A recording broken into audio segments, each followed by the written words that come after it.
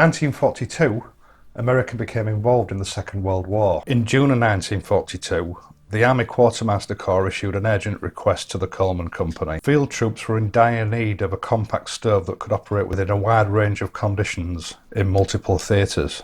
It had to weigh less than 5 pounds, could be no longer than a quart bottle of milk, and could burn any kind of fuel. And the US Army wanted 5,000 of the stoves delivered in 60 days. Coleman commenced work immediately to design and manufacture a stove that met the Army's strict specifications.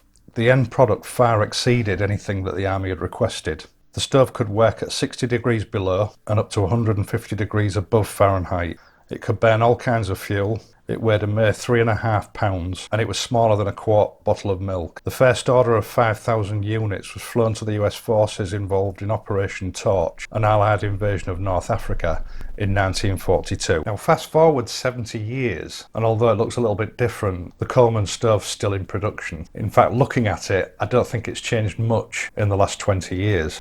Now the question is this just a relic from the past, or is it still a relevant piece of equipment for your modern motorcycle camper? This is the current Sportster stove, the Model 533, and as I've said, it's been around for quite a few years now. It'll burn on unleaded petrol, the same stuff you put in your motorbike. It pushes out 2,500 watts of energy, and it'll boil a litre of water in just under 5 minutes. Now its built-in fuel tank holds just under half a litre of fuel, and Coleman reckon that on that half litre of fuel it will burn for 8.5 hours when burning on the low setting. Now that makes it very economical compared to gas cylinders, and when you think about it, you've always got unleaded fuel in the tank of your bike, so you're never going to run out of fuel. Let's take a look. Right, so you get your usual guarantee registration card and a large sheet of instructions. The instructions are actually quite basic, it's just that it has to cater for several different languages as usual. Now the stove itself actually comes in this large carry case. It's made of plastic and it is a bit bulky. So you push a tab in at each side and that releases the top cover from the bottom tray that the actual stove sits in. Now the stove itself is nearly all metal of one kind or another. It has a fuel tank on the bottom which is shaped a little bit like your regular gas canister, but it is also a pressure vessel. It's quite wide, it has quite a low centre of gravity, and it is very stable. Now the actual burner on the top is quite large. I would say that the minimum size pot or kettle you want to be using on this is about 14 centimetres. Anything smaller and the flames are going to be going up the side of it. And if you've only ever used gas burners, you will find the design quite unusual. It has this dish-shaped bowl on the top. This is known as your flame bowl. And this brass tube on the top is your generator. Now once it's been lit for a while, the heat through this generator vaporises the liquid fuel, which turns your fuel into a gas. Now it's got 3 main components or controls that you need to be aware of, and we'll just quickly go through those.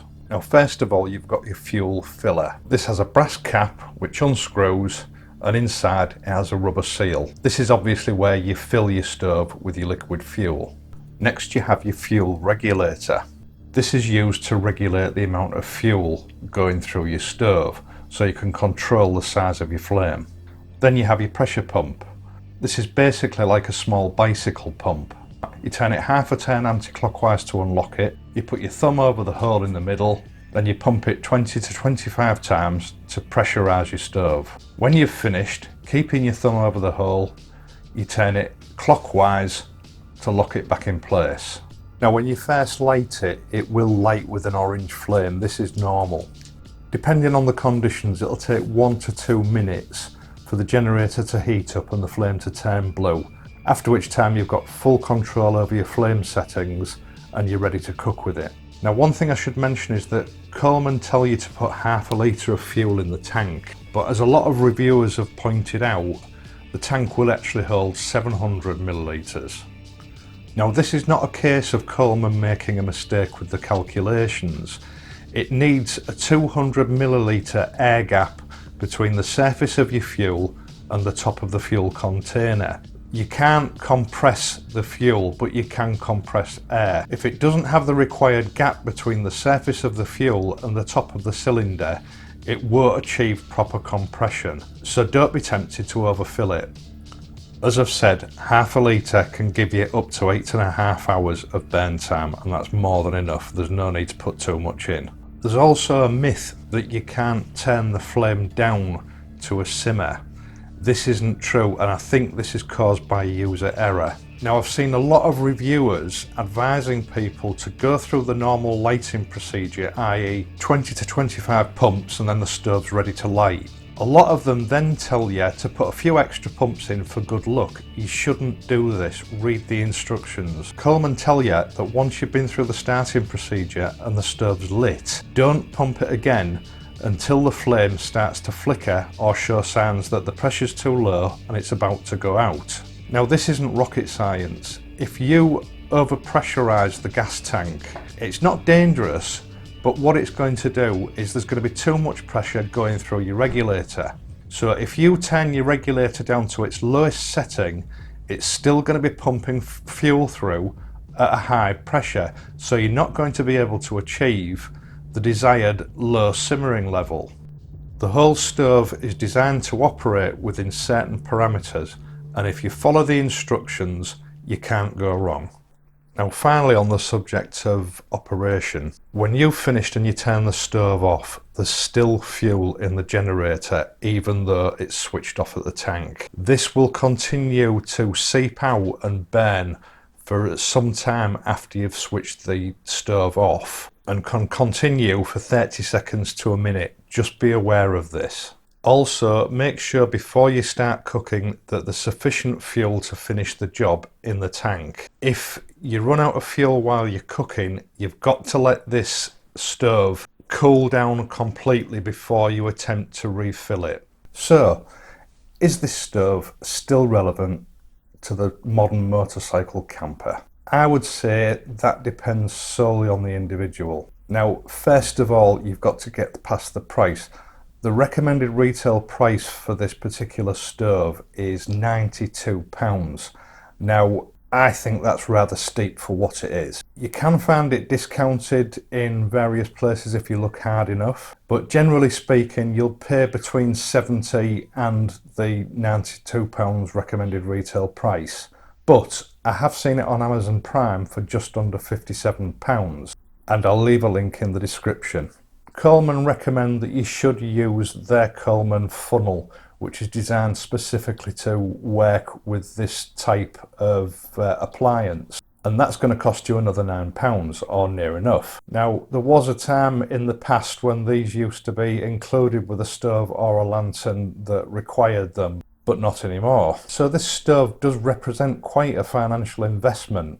It should really be transported in that plastic carrier, and I don't think I would recommend that you don't use that.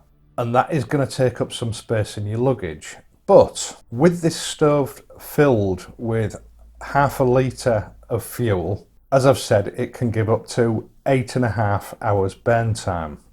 Now, the average gas stove burns 150 grams per hour of gas. That means you would need 3 450 gram cartridges to equal one fill on the Coleman and get the same sort of burn time out of it.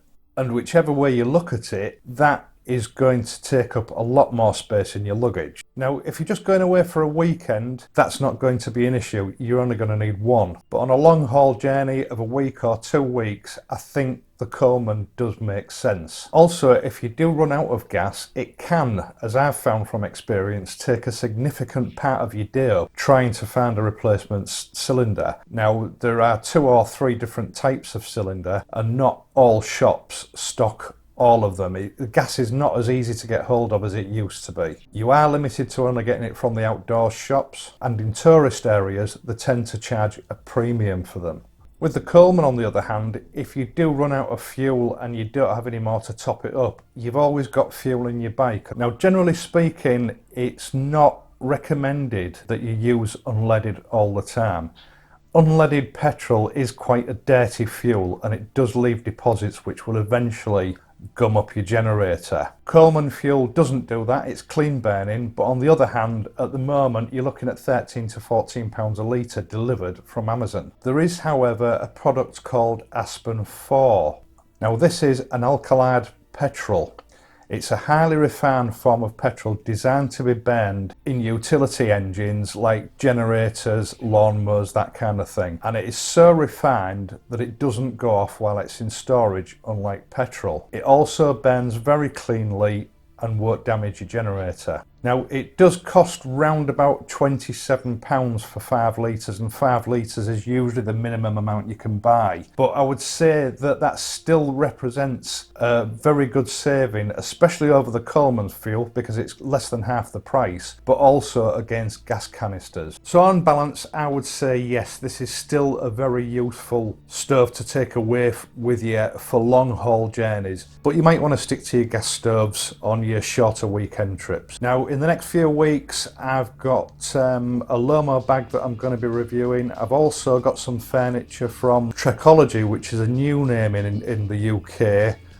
They make some very good lightweight camping chairs and other accessories. We'll be taking a look at them. And if you don't want to miss them, subscribe. Otherwise, please leave a like and I'll see you next time.